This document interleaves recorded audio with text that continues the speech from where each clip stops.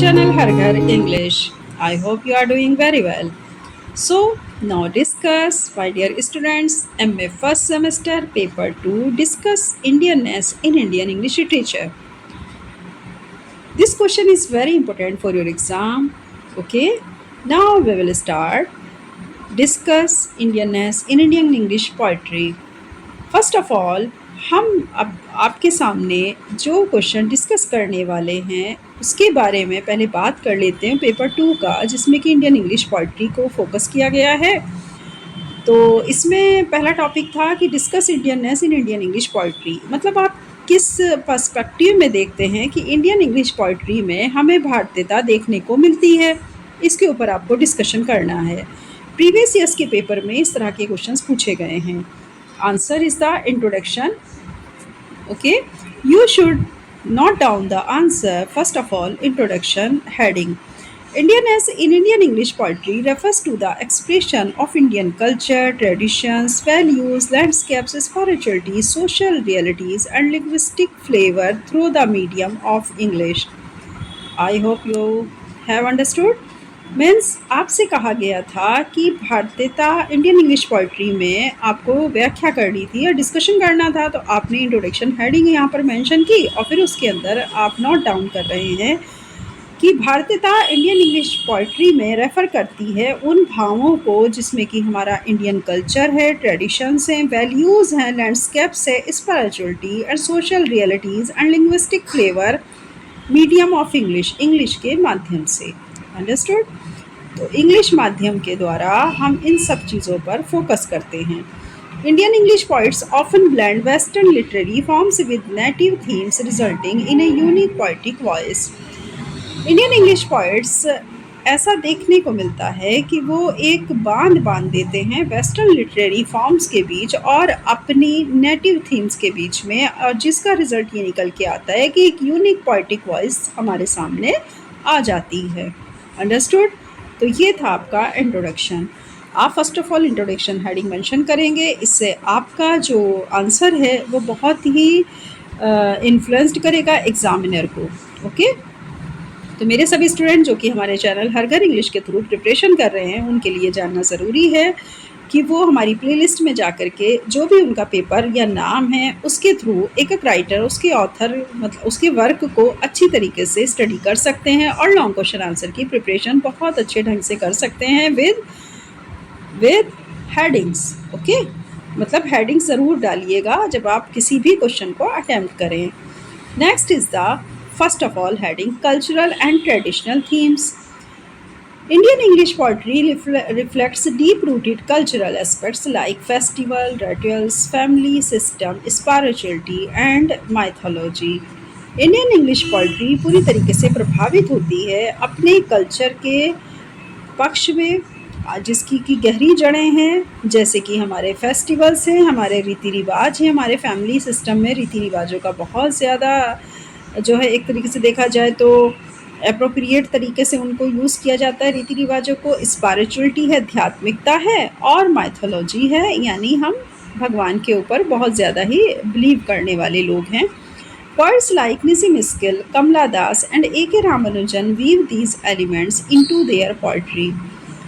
अगर हम इन पोइट्स की बात करें तो पोइट्स में हमारे नाम आते हैं निसी मिस्किल, कमला दास, A.K. रामानुजन का, जिन्होंने बहुत अच्छी तरीके से इन सभी एलिमेंट्स को अपनी पोइट्री में बुना है, portraying the complexity and richness of Indian life. और उन्होंने बहुत ही अच्छा चरित्र चित्रण किया है उस जटिलताओं का और हमारी भारतीय जीवन को बड़े ही अच्छे तरीके से और प्रमुखता के साथ दिखाने वाले हमारे जो राइटर हैं उनमें निसी मिस्किल, कमला दास एंड A.K. रामानुजन, जिन्होंने अपनी पोइट्री में इन सभी एलिमेंट्स को बुना और बहुत अच्छी तरीके से हमारे इंडियन लाइफ की जटिलताओं और उसकी पहुंच को आसान बनाया। इतना अच्छे से उन्होंने क्या किया, पोर्ट्राइंग किया, मतलब इतना अच्छी तरीके से उन्होंने इसका चित्रण किया है।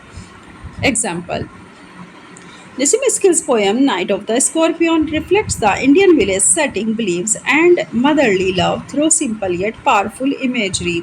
निसी मिस्किल की पोएम जिसका नाम है नाइट ऑफ द स्कॉर्पियन, जो कि इंडियन विलेज सेटिंग्स को पूरी तरीके से रिफ्लेक्ट करते हुए दिखाई देती है, जिसमें ऐसा विश्वास किया जाता है आपने देखा होगा, अगर आपने ये पोएम पढ़ी है नाइट ऑफ द स्कॉर्पियन, तो आपने देखा होगा कि इंडियन विलेज सेटिंग को कितना अच्छी तरीके से उन्होंने वहाँ पर पोर्ट्रेइंग की है, और साथ ही ऐसा विश्वास भी दिलाया कि माँ का जो प्यार होता है वो अपने आप में खुद ही एक शक्तिशाली कल्पनाओं, यहाँ तक कि बहुत सिंपल तरीके से शक्तिशाली कल्पनाओं के द्वारा माँ के प्यार को दिखाने की कोशिश की निसिम स्किल की poem night of the scorpion ने। Second heading is the use of Indian idioms and English. तो जो हमारे इंडियंस पोइट हैं उन्होंने इंग्लिश में एडम्स को कैसे यूज़ किया। Indian also emerges from the way poets use English often influenced by Indian syntax and vocabulary. Indianness को दिखाने के लिए हमारे पोइट्स ने एक और भी रास्ता अपनाया कि उसने इंग्लिश में दिखाए जाने वाले जो हमारे इंडियन सिंटेक्स और वोकेबलरी था उनका प्रभाव दिखाया। The Indian English makes the poetry more authentic and rooted in its cultural background. Indian English अगर हम देखें तो हमारी ये पोइट्री को बहुत ज़्यादा ऑथेंटिक, रूटेड और कल्चरल बैकग्राउंड वाला दिखाती है, क्योंकि हम उसमें अपनी भारतीयता को नहीं छोड़ते। तो इसका मतलब ये है कि हम अपनी पोइट्री में कहीं से भी अपनी भारतीयता को कम नहीं करते। जो हमारे अंदर इंडियननेस है उसे हम पूरी तरीके से दिखाते हैं, और जो हमारा रीडर है यानी जो हमारा पढ़ने वाला है वो हमारी पोएम से अपने आप को कनेक्ट कर पाता है।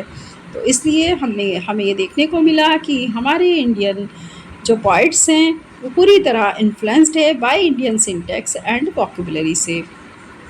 Examples in Skills Goodbye Party of Miss Pushpa T.S. The humorous use of Indianized English mimics typical Indian speech patterns. Ezekiel की second poem goodbye party of miss Pushpa T S, जो कि बहुत ज़्यादा हास्यात्मक एक पोएम है, इसे पूरी तरह इंग्लिश में हमारी भारतीयता को दिखाया गया और एक टिपिकल इंडियन स्पीच पैटर्न्स को भी अपनाया गया जिसकी मिमिक्री की गई। Okay, third heading is the social and political issues. तो हमारे इंडिया में सोशल एंड पॉलिटिकल इश्यूज़ आप जानते हैं एकदम पीक पॉइंट पर रहते हैं शुरू से ही। तो many points use their work to comment on Indian society, poverty, caste, gender inequality and post colonial identity. बहुत सारे हमारे पॉइंट्स जिनके वर्क में हमें इस तरह का कमेंट्स देखने को मिलता है हमारी इंडियन सोसाइटी के ऊपर, जिसमें गरीबी है, जातिवाद है, लिंग भेद है और असमानता है। साथ ही पोस्ट कॉलोनियल आइडेंटिटी को लेकर के भी हमें बहुत सारे हमारे पॉइंट्स कमेंट्स करते हुए दिखाई देते हैं हमारी इंडियन सोसाइटी के ऊपर। This reflection of the socio-political environment adds to the Indianness of their work.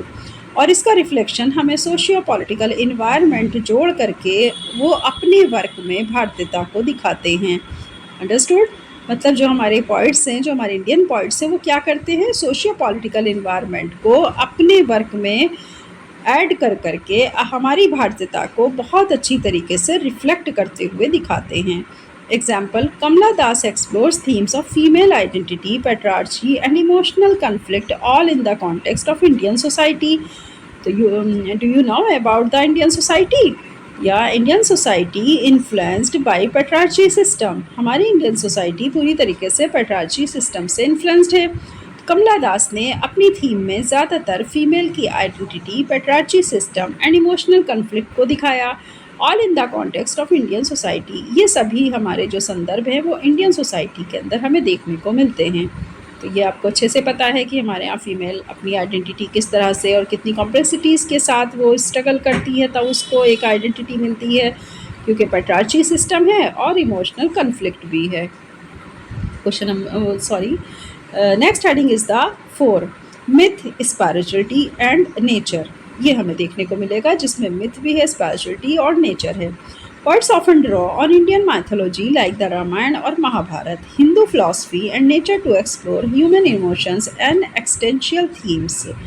Poets प्रायः इंडियन माइथोलॉजी को ड्रॉ करते हुए भी हमें दिखाई देते हैं, जैसे कि रामायण या फिर महाभारत के ऊपर। हमारी हिंदू फिलॉसफी जो कि हमारे नेचर को एक्सप्लोर करती है, ह्यूमन इमोशंस एंड उसके अस्तित्व की थीम को। तो हमारी हिंदू फिलॉसफी क्या है, या इंडियन फिलॉसफी हम इसको कह सकते हैं। तो हमारी हिंदू फिलॉसफी या इंडियन फिलॉसफी क्या कर रही है कि ह्यूमन बीइंग्स के इमोशंस, उसकी नेचर, उसके अस्तित्व की थीम को एक्सप्लोर करते हुए दिखाई दे रही है।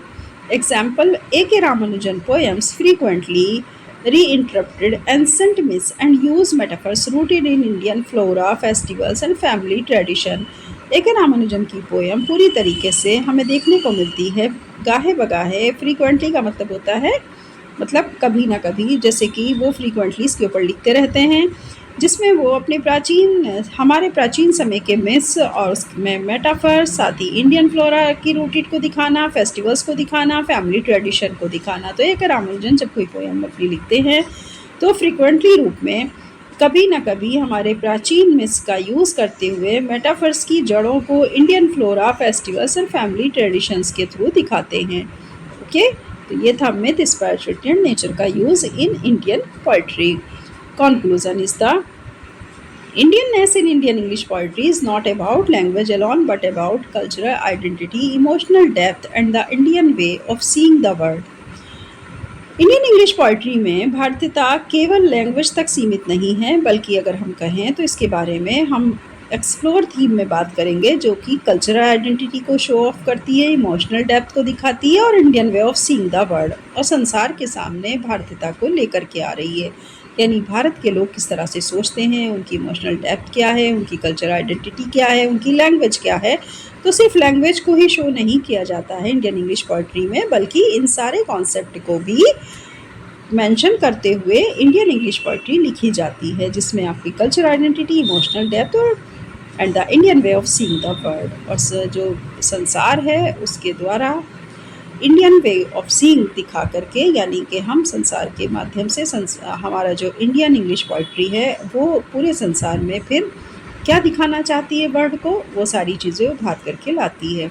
Indian poets in English have succeeded in creating a distinctive voice that is both global in language and deeply Indian in spirit. Indian poets जब इंग्लिश में यूज़ करते हैं अपनी इन सभी चीज़ों का, तो वो कहीं ना कहीं सफलता को हासिल करते हैं, क्योंकि वो एक अलग तरह की वॉइस लेकर के आते हैं जो कि ग्लोबल सरफेस पर, यानी कि पूरे दुनिया में लैंग्वेज और डीपली इंडियन स्पिरिट को दिखाया जाता है।